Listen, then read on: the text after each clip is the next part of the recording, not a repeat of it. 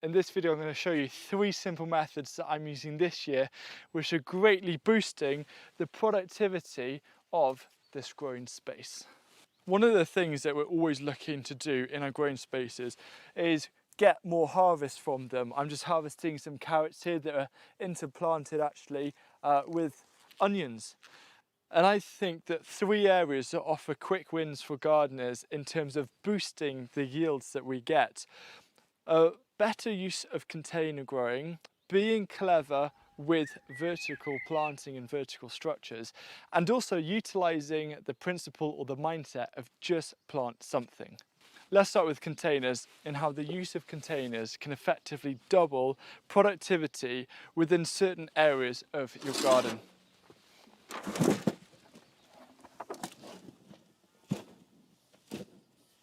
Now, I've just harvested some spuds in containers. So why am I growing them in containers rather than growing them all in raised beds? These are big boys. You see, when you have a limited growing space, you really want to prioritize your raised beds for those high value crops. For example, these tomatoes here. But potatoes are pretty low value, and they're also quite bulky, so they can take up a lot of space, which is why growing them in containers makes a lot of sense. The other great thing about growing bulky plants in containers is that you can move them around the garden. So you might have specific areas in your garden, such as against this trellis here, where you may not be able to fit a raised bed, but you can easily start storing some containers of produce under there.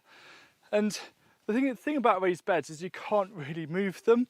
So instead of growing potatoes on raised beds, this is where I'd have maybe about 24 potato plants in this 10 by 4 foot raised bed. If instead I grow them in containers, which are actually usually deeper than raised beds, I could plant a couple of seed potatoes in each one, have 12 of these, maybe 16 containers dotted around the different little corners of the garden. And what I'm basically doing is I'm creating an extra raised bed worth of space around the garden, which means instead of having potatoes in here, I've opened up this whole space and I've doubled production because these bulky plants are growing in and around all the other little gaps. And I'll show you another great example using squash. So this bed behind me is our squash bed. And I think we all know just how much space squash can occupy. So instead of growing your squash in raised beds, instead look at growing them in containers, such as these ones at the side of these IBCs, to free up that valuable growing space.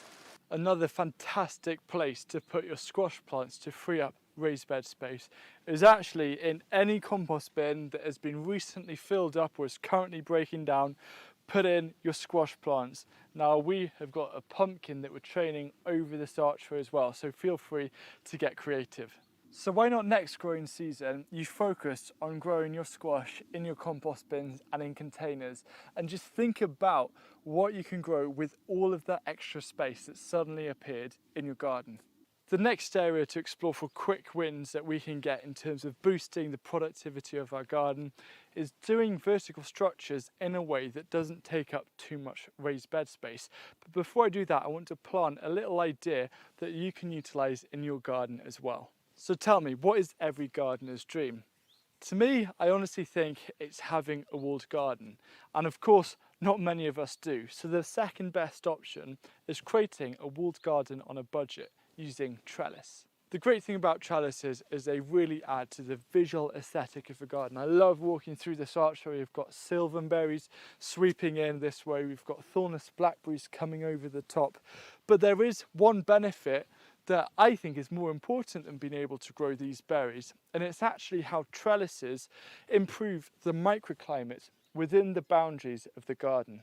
Not only does a trellis act as a fantastic sun trap for the garden, so you can create really nice sunny corners, it also acts as a living wind barrier, which is definitely going to benefit a lot of the plants within this space. So this autumn and winter, really think to yourself, where can I put some trellising, even if it is just against a wall? As you can see, I've got a lot of space here that I want to fill up with more trellises. And not only are they perfect for growing some of your perennial crops, they're also a great place to grow your runner beans and peas up, so you can then in turn open up even more space in your beds and increase productivity.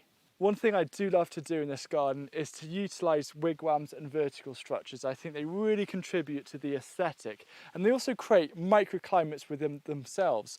On this side, I've got the sunny side, which means I can grow sun-loving crops, almost like their own trellis. But on this side, it's a lot darker, which means I can grow more shade-loving crops, like herbs. Now, one issue with wigwams and small spaces is that they do take up some bed area. So this whole bottom corner here, roughly a square metre or so of growing space, is taken up. Now, I'm not complaining because it's like a skyscraper. You've got still things up above making use of that ground layer. But one way that we can make our area more productive is, instead of looking at a wigwam taking up a space, almost do an inverted wigwam, where instead of it starting at the edge of a bed and going in, start at the edge of the bed and go out. This archway here is a perfect demonstration of that. This archway is actually an idea that my colleague Sam got, I believe, off Pinterest, and we thought we'd give it a try this year to see how it goes, because that's what gardening is. It's about experimenting and testing things, and it has worked so well by utilising this underused vertical space above this pathway to free up space in this garden. The next year I think we're going to do a load of these instead of wigwams for all of our main climbers, and also experiment with doing an A-frame, so running one of these all the way down the length between two beds as a really fun kind of tunnel, and I think it's going to look stunning.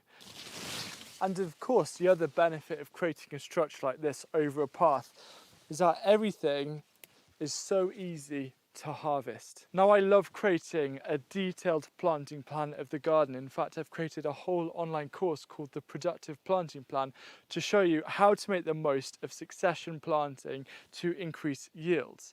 But no matter how much detail we put into our planting plan, we're always going to get gaps and opportunities for growing extra plants emerging in and around the garden. In the corner of this bed here lived perhaps one of the centerpieces of this growing season. It was that stunning foxglove. And as soon as that went out, I plugged the gap by putting in 3 kale plants.